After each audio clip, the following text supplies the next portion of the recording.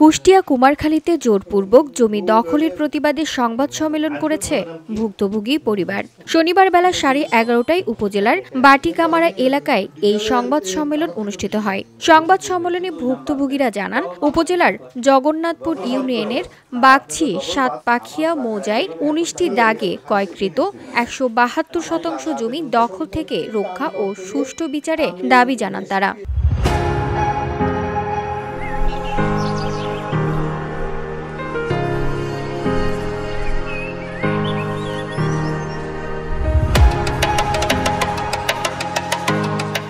সংবাদ সম্মেলনে লিখিত বক্তব্যে জমির মালিক মজনু মোল্লা বলেন, 3 বছর আগে 19টি দাগের 172% জমি ক্রয় করি।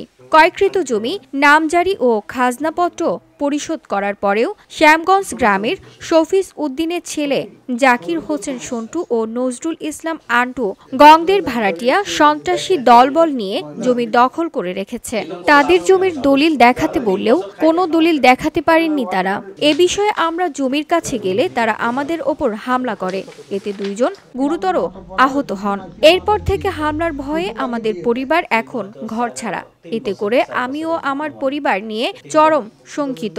এই বিষয়ে প্রশাসন ও আইন শৃঙ্খলা বাহিনীর দৃষ্টি আকর্ষণ করছি। সেই সঙ্গে জমি দখলের হাত থেকে জমি রক্ষা ও ভূমিদস্যুতার বিচার দাবি করছি। 22 সাল থেকে 23-24 সাল পর্যন্ত 25 সাল পর্যন্ত আমি অনেকবার সালিশ দরবার করছি, থানাতে বহুতবার অভিযোগ দিছি। ওই সময় তো আমলিগ করছে, আমলিগের আমলে ওই গাপ্পার আর হচ্ছে রজব ভূমিদস্যু, এদের বললে ওই আন্টু আর শান্টু এবং ওর নাম নজরুল, ভালো নাম নজরুল, এরাই এই ওদের যে ভূমিদস্যুদের জমিগুলো জোর করে খাওয়াইতে, এরা 2 আর খায় আমাদের গ্রামের ওই রজব এবং গাপ্পার। ওনার কিছু লাঠিয়াল বাহিনী আছে, এরা আমার কাছে জমি আর ভিত্তি দেয় না, আমার জাতি দেয় না। এদিকে অভিযুক্ত নজরুল ইসলাম বলেন, আমাদের 4 পুরুষের সম্পত্তি এটা। যারা জমি বিক্রি করেছে তারা অতিরিক্ত সম্পত্তি বিক্রি করেছে। আমাদের জমি জমা সংক্রান্ত যে সমস্যাটা আমরা ভুগছি, এই যে জমি নিয়ে সমস্যা, সেটা হচ্ছে আমাদের প্রায় 4 পুরুষের সম্পত্তি। এখন আমরা 4 পুরুষের শেষ এখন চলমান আছে।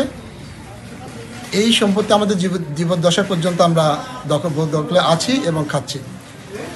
তারা বলছে যে আমি কিনেছি, আমার দলিল আছে। কতটুকু কিনেছে এখন সেটা এই পরিমাণ তারা বলে না, তারা কোনো পার্টিসিপেটও করে না।